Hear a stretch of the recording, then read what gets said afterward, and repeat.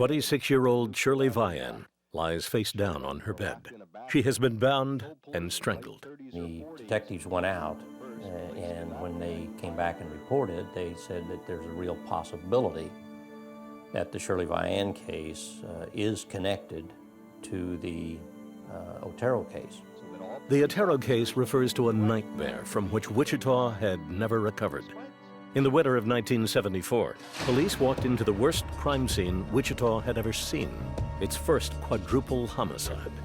Joseph and Julie Otero were found strangled to death in their split-level home. Their son, 9-year-old Joey, lay bound and strangled in the next room. In the basement, 11-year-old Josephine was found hanging from a pipe. Wichita police questioned 3 suspects in the Otero case before they were ever charged. Detectives were called to the public library and a letter found stuffed inside a book. This letter is very clear to tell us, you have the wrong people. You need to stop looking at them. You need to come back and focus your attention on me. I am the important one. The letter provides details on the Otero murders only the killer would know. The author also wrote, "The code words for me will be bind them, torture them, kill them. They will be on the next victim." 3 years after Otero, detectives believe the man known as BTK has returned. Wichita mobilizes quickly. BTK, however, moves even faster.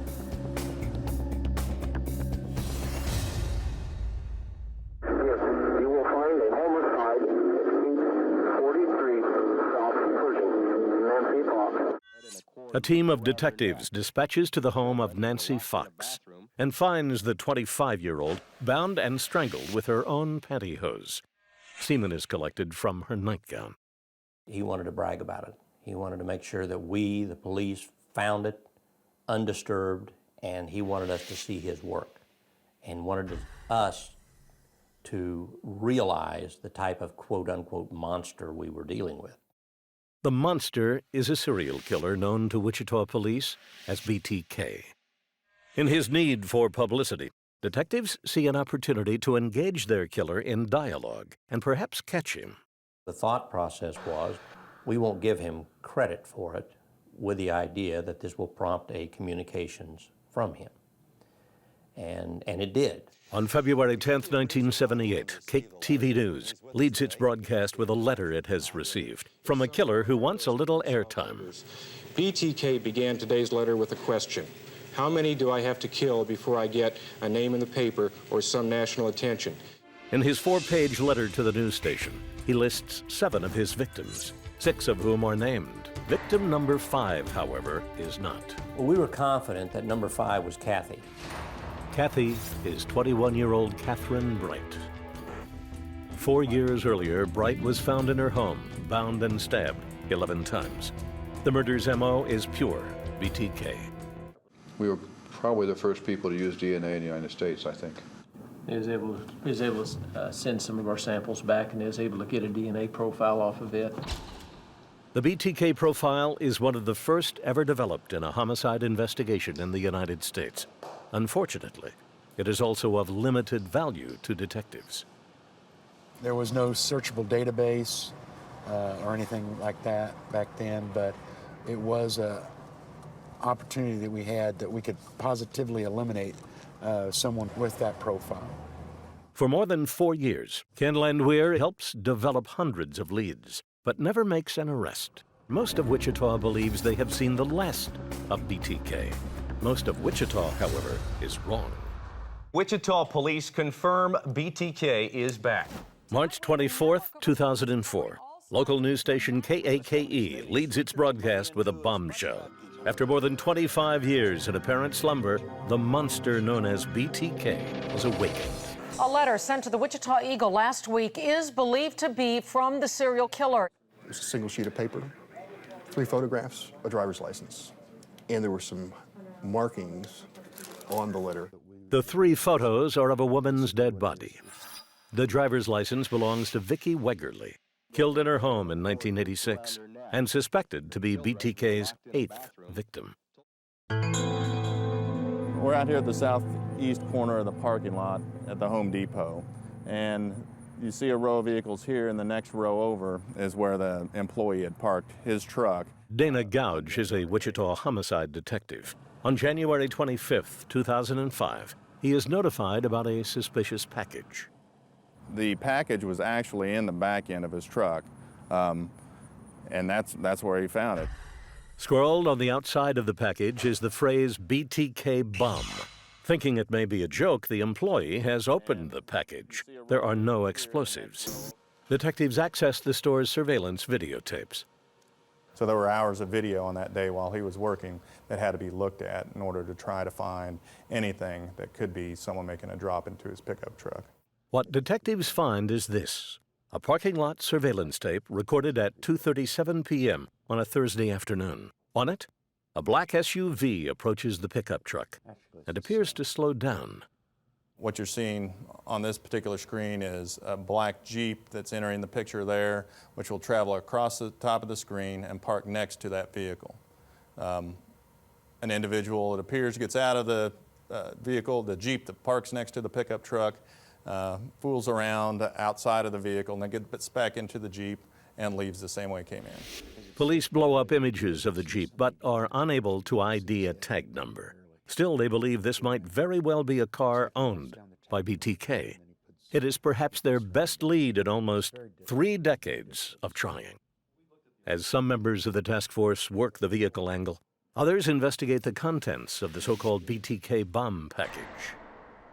Inside of it, it had a doll and some jewelry, and it also had a note inquiring whether or not he could communicate with the police by floppy disk without us being able to trace it.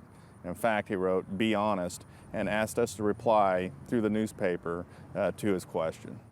And of course, we responded by running an ad in the paper, which he asked us to do, basically telling him we can't trace a floppy disk, which we knew, of course, was inaccurate. On February 16, 2005, a local news station receives yet another package from the BTK killer. Inside it, the item police had been hoping for, a computer disk. Detective Randy Stone is a computer expert. He slips the disk into his computer and opens the only file. Stone determines the note was created using Microsoft's Office software. Knowing that Office has what's called metadata embedded in it, and that was what we were just looking at in the formatting. The software is registered to a specific user. In a matter of seconds, Detective Stone pulls up that name, as well as information on the author of the note itself. We could tell that it was somehow affiliated with Christ Lutheran Church and the Park City Community Public Library. And then the next thing we looked at was statistics, and it shows here that was last saved by Dennis. So somehow a Dennis who was affiliated with the church or the library was somehow involved with this document. Stone jumps on the internet, searching for a Christ Lutheran Church in Wichita. And when we do that, we come up with their webpage that has a link to their people affiliated with the church. You click on that link and you go to here. And the only Dennis we found on there was the president of the Congregation Council was Dennis Rader. In a matter of minutes, a single man at a computer has ID'd a suspect and even provided his possible location. You know, I'm sitting there looking at the computer. I know there's people standing behind me. But then I come up with a name and look up Dennis, and I look behind me and there's nobody there anymore because everybody just disappeared. You know, once we had this information, we were gone. Wichita detectives hit the street, zeroing in on Dennis Rader's home address. The last known address was at 6220 Independence, which is in a city just north of Wichita here called Park City. Detectives Tim Relf and Clint Snyder race over to Park City. Even before they stop the car, the pair get confirmation that Dennis Rader might actually be the killer known as BTK. As we pull up to about here, we glance up and we can see the Grand Cherokee, the black Jeep Grand Cherokee, parked up in the driveway. The Cherokee matches the vehicle seen in the parking lot of the Home Depot and linked to BTK. That was one of those pivotal moments that you just can't describe hardly. It's one of those moments in any investigation where you feel like, okay, this is it. you know, we've got you. When you look at his lifestyle, I mean, he really didn't fit the profile of a serial killer. I mean, he blended in. You know, the president of his church congregation, Boy Scout leader, you know, lived in the suburbs outside of Wichita. I mean, he blended in. We had, down here at this intersection to the left, we had all of our unmarked vehicles with the arrest team in place. On February 25th, 2005, the BTK task force waits for Dennis Rader to come home for lunch. And as he came down off of 61st Street and started down this street, the unmarked car with the lights in the grill came up behind him and put on their lights and stopped him right in this area here. And that's when Ray Lundeen from the KBI and Dana Gouge came up and made the arrest. 30 minutes after arresting Rader, Lieutenant Ken Landwehr and FBI agent Bob Morton sit down with their suspect. On the table before them, the computer disk traced back to Rader. Anyway, you can get out the DNA, right? You can't get out your DNA unless you've had a total blood transfer and lost every organ. It's there. He knew that DNA was, he had studied enough that he knew that that was going to be it. Landwehr and Morton want to talk about murder. Rader, however, wants to talk about the newspaper ad that was his downfall. Rex, it will be okay. A message planted by police for BTK and leading the killer to believe law enforcement could not trace his computer disk. I need to ask. Sure. You like it? Because I was trying to catch you. I lied to you because I was trying to catch you. And he was incredulous of the fact that I wanted this to end. Say who you are. You're BTK. I'm BTK, basically that was it. Who are you? Say it. I'm BTK. And after that, the floodgates just opened. Over the next 30 hours, Dennis Rader provides details on the BTK victims police knew about. Then he tells them about 2 more. Victims BTK never took credit for because they were neighbors. Dennis Rader describes 10 separate acts of murder and pleads guilty to each. Judge Gregory Waller sentences Dennis Rader to the maximum allowed, 10 consecutive life sentences at what is known in Kansas as a hard 40, a sentence of 40 years with no possibility of parole.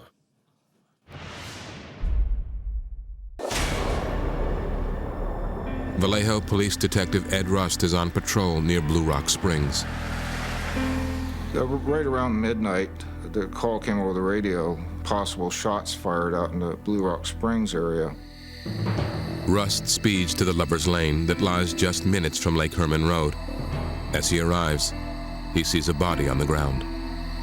We immediately saw this guy's all bloody and he'd been shot somewhere in the face or neck area and just blood all over him and everything. He's moaning and...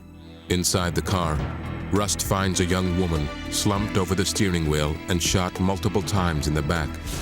The attack is less than an hour old when police take a call from a man claiming to be the Rock Springs shooter. He said something, in fact, that there's been 2 persons shot out at the park, and he said something to the effect that I also shot those 2 kids last year. And then he said, kind of tauntingly, goodbye. The call is traced to a payphone just blocks from the police department. The receiver hangs off the hook, but no usable prints are lifted.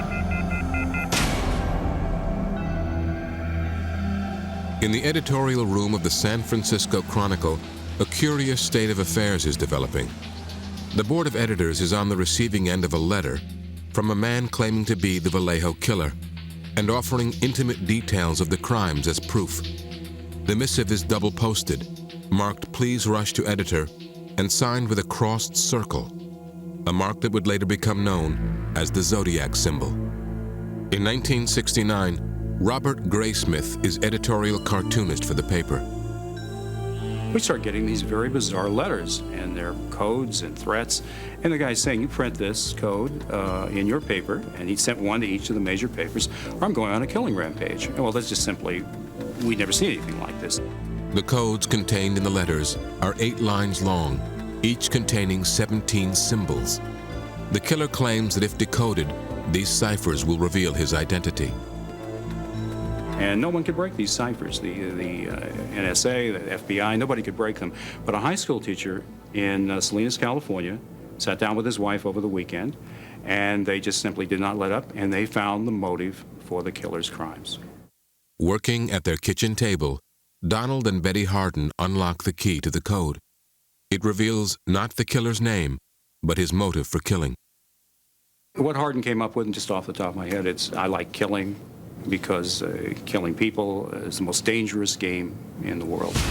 The newspaper ciphers are the first moves in the most dangerous game of serial murder, played by a man who would soon be known to the world as the Zodiac. On September 27, 1969, Cecilia Shepard and Brian Hartnell are attacked as they picnic on the shores of Lake Berryessa. Their assailant wields a knife and wears an executioner's hood with the Zodiac symbol on his chest. Cecilia dies from multiple stab wounds. Brian lives, but never sees the Zodiac's face. On that same day, 36-year-old Arthur Lee Allen tells family members he is going scuba diving in Lake Berryessa. He returns that evening covered in blood with a knife on the front seat of his car. A tip is phoned in to police. Take a look at Arthur Lee Allen as the Zodiac. A friend named Don Cheney claims Allen called himself the Zodiac before the term had ever been made public by the killer. And he had told Cheney that he was going to hunt people with a gun with a flashlight tied to it so he could shoot them. And he's told Cheney, he says, you know, I think I'll call myself the Zodiac. With Cheney's information in hand, investigators question Allen about the killings. First words out of his mouth, the most dangerous game. And they say, my God, what's that? It's my favorite book. I've loved it since the 10th grade.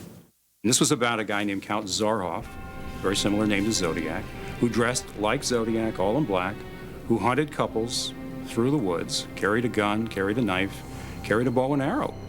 In the role of serial killer, Arthur Lee Allen is right out of central casting. A white male, early 30s, a loner with an IQ near genius level and a love for guns. With no print match, however, and no other forensic evidence, the investigation loses steam. The Zodiac killings stop, and the cases go cold.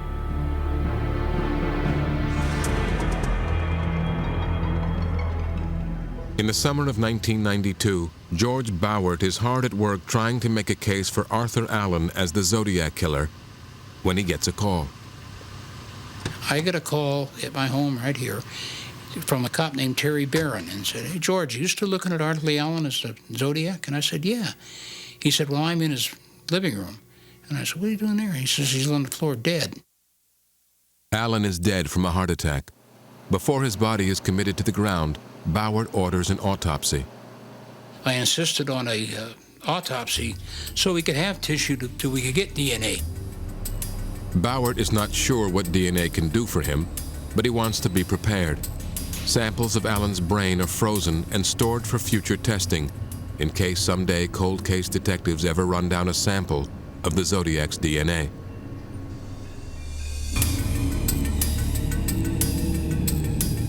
Carol Kelly is a homicide detective with the San Francisco Police Department. Like everyone else in the department, Carol is familiar with the legend of the Zodiac. Carol pulls the case files and quickly realizes his best hope for success lies with forensics. The idea that a criminal would be aware of fingerprints and things like that and take efforts to hide or conceal or mask them is reasonable. But the idea that they would be aware of DNA and try to hide that is not reasonable. Carol believes the Zodiac most likely took no precautions against DNA transfer. Before a letter can be analyzed, however, a threshold determination must be made. Which of the 20 so-called Zodiac letters can be considered authentic and thus worth testing? Susan Morton is a forensic document examiner with the San Francisco Police Department. When you write, you rest the heel of your palm, a very characteristic part of it, on the paper. And people in those days weren't really aware that you could leave a palm print and that it could be identified. They knew about fingerprints, But the public really wasn't that aware of palm prints. Zodiac's letters are tested for palm prints. One is discovered in his final authenticated letter. They were able to obtain palm prints from Arthur Lee Allen. It was compared to the one that had been developed earlier, and they don't match. That is not Arthur Allen's palm print.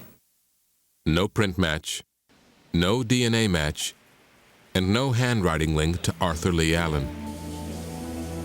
The tools of modern forensic science appear to clear Allen as a major suspect in the Zodiac case, frustrating cold case detectives and adding yet another layer of intrigue to a case and a killer that for millions has now become an obsession. In truth, every detective, I think, would like to have their Dr. Moriarty. And in the case of Zodiac, you have the worthy adversary. Carroll believes there are two likely endgames for the Zodiac. He is either dead or in prison. Either way, the job of IDing the killer and, if possible, holding him accountable for his crimes is an important one for the simplest of reasons. 5 families for whom the Zodiac is neither legend, nor movie star, nor cult figure, but a real-life killer, a man who took the life of a brother or sister, daughter, son, or friend. What he did was spectacular and horrible. And again, talking with the families, you are reminded constantly of the lifelong devastating effect that, that these crimes have on people, the people that survive.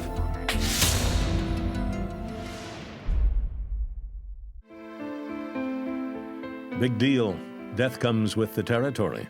See you in Disneyland. That was the reaction of California's Richard Ramirez upon receiving the death penalty for killing 13 people in the mid-1980s. Ramirez was dubbed the Night Stalker because he would hunt at night, often slipping through an open window or door and surprising his victims while they slept.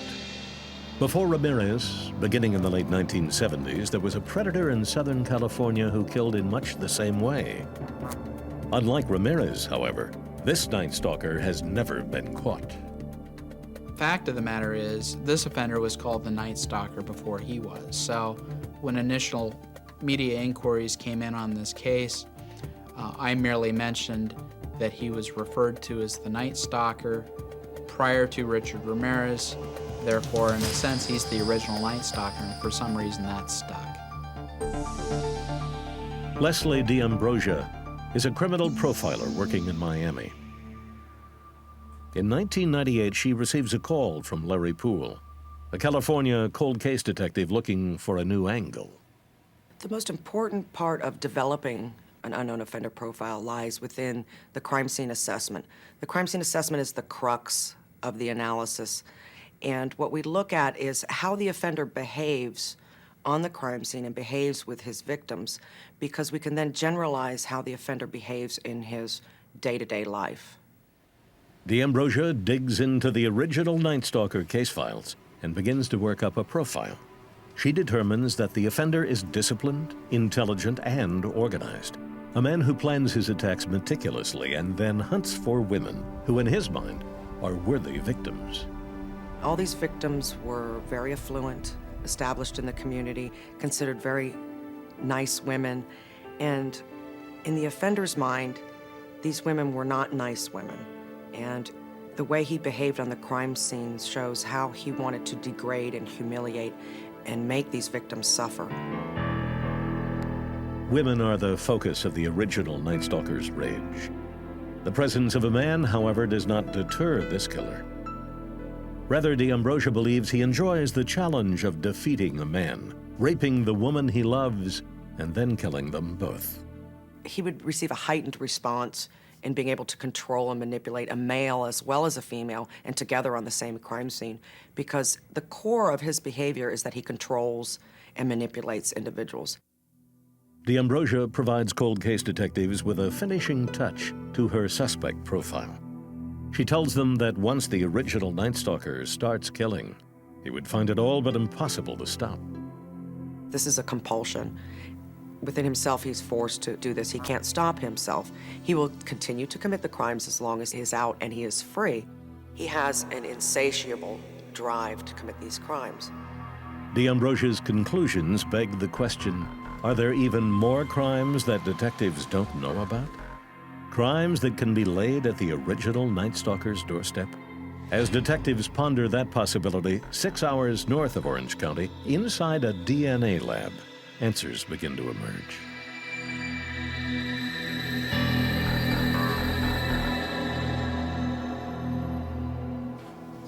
Paul Holes is a criminalist for the Contra Costa County Sheriff's Office in California's Bay Area. One day in 1997, he comes upon a collection of old files. I had noticed that there were some case files in a file drawer that had been marked with the red letters of EAR on it, and so I started opening up those case files to see what they were. Holes discovers that EAR stands for East Area Rapist, the moniker for an unknown suspect who police believe was responsible for more than 50 sexual assaults in the 1970s, crimes that 2 decades later remain unsolved.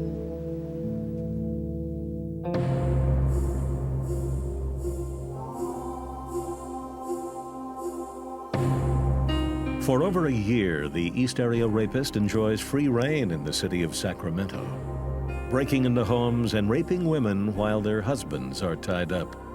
By November of 1977, the attacker has raped more than 30 times and left nary a clue for police. The Sacramento Police Department decides to hold a town meeting. Over 600 people attend. Some of them are angry. Almost all of them are scared.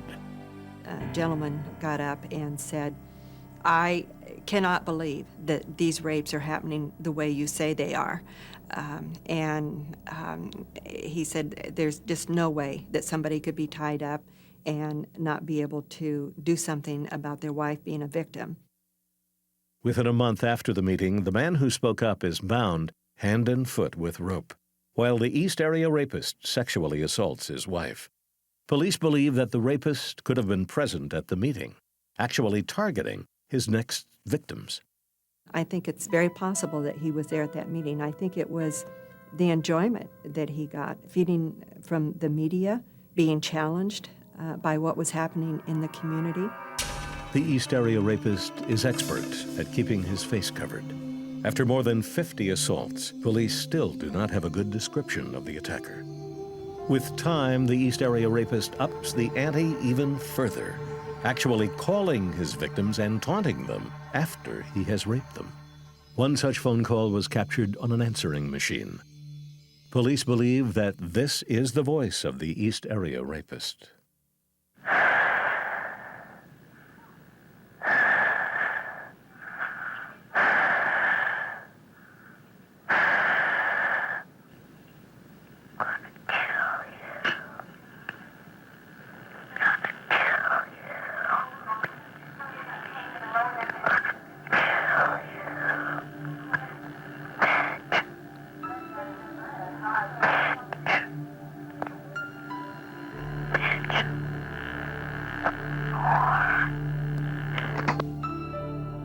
Listening to the tape, it sends chills up your back.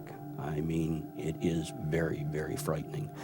He was a very frightening person. You have Zodiac, you have Son of Sam. None of these people put the fear into a neighborhood like this man did. Then, in 1979, the rapes simply stop.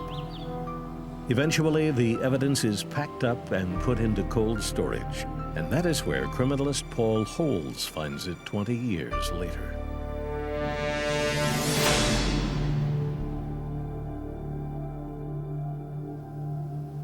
In July of 1997, Paul Holes extracts DNA from semen samples left at several of the East Area Rapist crime scenes. Comparing the samples against each other, Holes confirms what case detectives have contended from the outset. The vast network of rapes are the work of one man.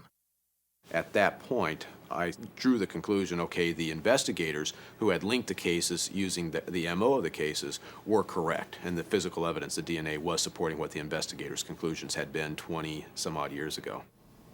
Paul Holes finds his way to the Orange County Crime Lab and criminalist Mary Hong. She has identified the DNA profile of an unknown serial killer called the original Night Stalker, a killer linked to 10 murders and 8 rapes in Southern California. Holes asks Hong to pull up the original Night Stalker's DNA on her computer. He read off the profile to me, and I looked at what profile I had on the case, and it was a yes all the way across. We have a match. We have a DNA match with Orange County on this case. And it took me a couple of seconds to digest it, and then it was, wow, you know, this is big. According to cold case detectives, California's original Night Stalker is responsible for over 50 rapes and at least 10 unsolved murders. There is also a chance that he is still at large, still committing crimes. Larry Poole, however, is convinced that the cases can still be solved and the Night Stalker caught. This is always a case where if I find somebody along the course of business that meets the profile and has potential as a suspect, I don't care if it's on my own time, I will look at them as a potential suspect. I'll never give up.